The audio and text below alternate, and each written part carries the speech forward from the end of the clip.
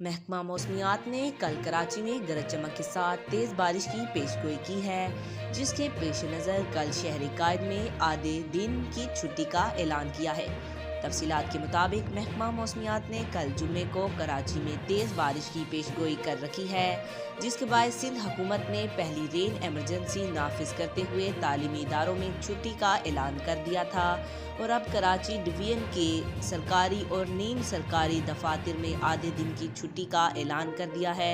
اس سلسلے میں سندھ حکومت کی جانب سے نوٹیفیکیشن جاری کر دیا گیا ہے، جس میں تمام کارپوریشن لوکل کونسلز کے دفاتر دوپہر 2 بجے بند کرنے کی ہدایت کی ہے۔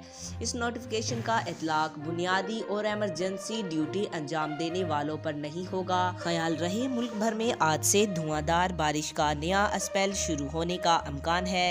ایران کے راستے داخل ہونے والا مغربی ہواؤں کا ایک اور تگڑا سسٹم بلوچستان، سندھ، خیبر پختونخوا اور گلگت بلتستان کے بیشتر حصوں پر اثر انداز ہوگا۔ نیشنل ڈیزاسٹر مینجمنٹ اتھارٹی نے ممکنہ بارشوں اور برفباری سے متعلق الرٹ جاری کر دیا ہے۔ NDMA کے مطابق تیز بارشوں سے کراچی، حیدرآباد، گوادر، پشاور، مردان میں سیلابی صورتحال ہو سکتی ہے۔ صورتحال کے پیش نظر وزیر اعلیٰ سندھ سید مراد علی شاہ نے صوبے میں رین ایمرجنسی نافذ کرتے ہوئے تمام بلدیاتی اداروں، انتظامیہ اور اسپتالوں کو ہائی الرٹ کر دیا ہے۔ آج تک کے لیے اتنا ہی۔ مزید ایسی معلوماتی ویڈیو دیکھنے کے لیے ہمارے چینل کو سبسکرائب کریں۔